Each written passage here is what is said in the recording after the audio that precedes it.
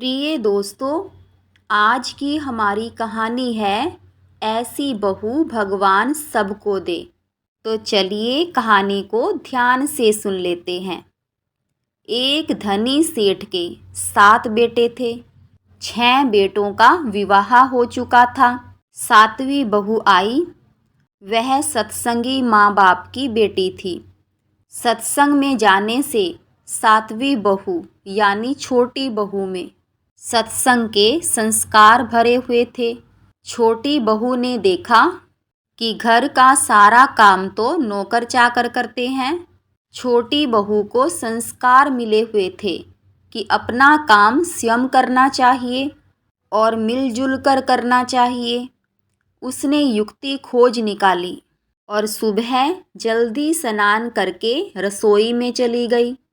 जेठानियों ने उसको खाना बनाने से रोका, लेकिन उसने अपने हाथों से खाना बनाया और सबको खिलाया।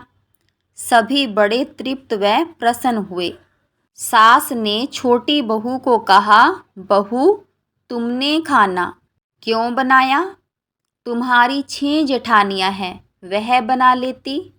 बहू ने सास को कहा, माँ जी, कोई भूखा अतिथि घर आ जाए तो उसको आप भोजन क्यों कराते हो?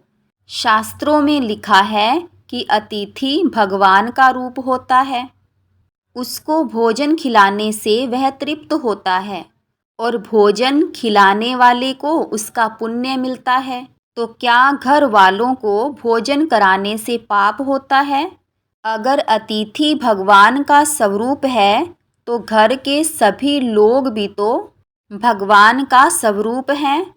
माँ जी, अन्न आपका, बर्तन आपके, सब चीज़ें आपकी हैं। अगर मैं थोड़ी सी मेहनत करके भगवान की याद में भोजन बनाकर सबको खिलाऊंगी तो सभी खुश हो जाएंगे। यह सेवा करके पुण्य भी कमा लूँगी। इसलिए माँ जी, मुझे खाना बनाने दीजिए। कुछ मेहनत करूँगी तो इससे मेरा स्वास्थ्य भी ठीक रहेगा। सास ने सोचा कि बहू बात तो ठीक कहती है। हम इसको सबसे छोटी समझते थे, लेकिन यह तो बहुत समझदार है। दूसरे दिन सासू माँ जल्दी उठी और रसोई में जाकर खाना बनाने लगी। बहुओं ने कहा, माँ जी, आप इतनी मेहनत क्यों कर रही हो? सासू माँ ने कहा, मेरी उम्र तुमसे ज़्यादा है, मैं तुमसे पहले मरूंगी। क्यों ना मरने से पहले कुछ पुण्य कमा लूं? बड़ी बहुएं बोली, माँ जी, इसमें पुण्य की क्या बात है? यह तो घर का काम है। सासू माँ बोली, घर का काम करने से पाप होता है क्या? जब भूखे व्यक्तियों को, साधुओं को भोजन खिलाने से पुण्य मिलता है तो घर वालों को भोजन खिलाने से पाप होता है क्या? सासू माँ की बात सुनकर सभी बहू को लगा कि इस बात को तो हमने कभी सोचा ही नहीं था। यह युक्ति तो बहुत बढ़िया है।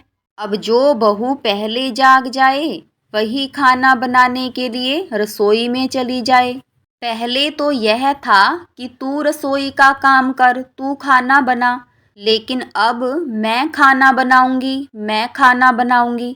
पहले 6 की बारी बंधी हुई थी, लेकिन अब 8 की बारी बंध गई। काम करने में तू कर, इससे काम बढ़ जाता है, और मैं करूँगी, इससे काम हल्का हो जाता है। अब सभी की खाना बनाने में बारी बंध गई। छोटी बहू बहुत खुश थी। उसने सोचा कि रोटी बनाने में अब चौथे दिन बारी आती है, अब और क्या किया जाए। घर में गेहूं पीसने की चक्की पड़ी थी। उसने उससे गेहूं पीसने शुरू कर दिए। छोटी बहू ने उस आटे से रोटी बनाई और सभी कहने लगे, रोटी तो बहुत स्वाद है। सासू माँ बोली, बहू, तू क्यों गेहूं पीसती है? घर में पैसों की कमी नहीं है। छोटी बहू ने कहा, माँ जी, गेहूं पीसने से कसरत हो जाती है और बीमारी भी नहीं आती। और दूसरी बात, रसोई बनाने से ज़्यादा पुण्य तो गेहूं पीसने में है। सास और जेठानियों ने जब यह बात सुनी तो कहा, बात तो ठीक है। उन्होंने अपने अपने पतियों से कहा कि घर में चक्की ले आओ, हम सब गेहूं पीसेंगी। रोज सभी जेठानियां चक्की में 2-2.5 किलो गेहूं पीसने लगी। अब छोटी बहू ने देखा कि घर में झूठे बर्तन मांजने के लिए नौकरानी आती है। अपने झूठे बर्तन हमें खुद साफ करने चाहिए। अगले दिन उसने सब बर्तन मांज दिए। सासू माँ बोली, बहू, बर्तन मांजने से तुम्हारे कपड़े खराब हो जाएंगे। छोटी बहू ने कहा, माँ जी, पांडवों के यज्ञ में श्री कृष्ण भगवान ने झूठी पतले उठाने का काम किया था। काम करने से कोई छोटा नहीं होता। अगले दिन सासू माँ बर्तन मांजने बैठ गई। उसको देख बड़ी बहुएं भी बर्तन मांजने लगी। घर में झाड़ू लगाने नौकर आता था। अब छोटी बहू ने सुबह जल्दी उठकर झाड़ू लगा दी। सास ने पूछा, बहू, झाड़ू तूने लगाई है? झाड़ू लगाने का काम तो नौकर का है, तू क्यों लगाती है?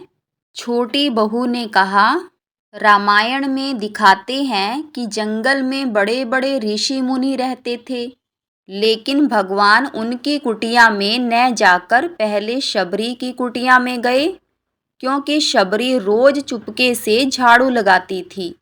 कहीं आते जाते ऋषि मुनियों के पैरों में कंकड़ न चुभ जाएं।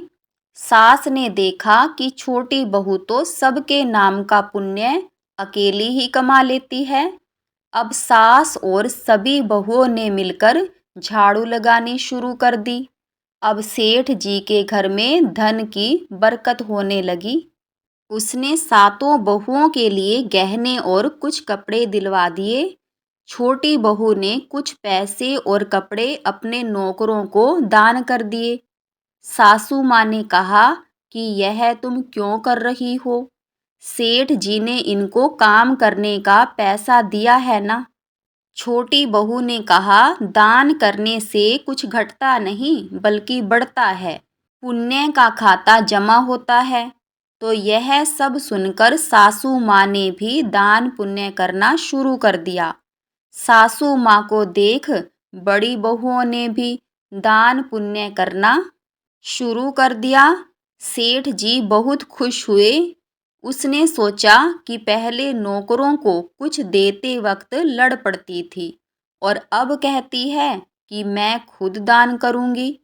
अब नौकर भी खुशी खुशी से मन लगाकर काम करने लगे और आस पड़ोस में भी खुशहाली छा गई।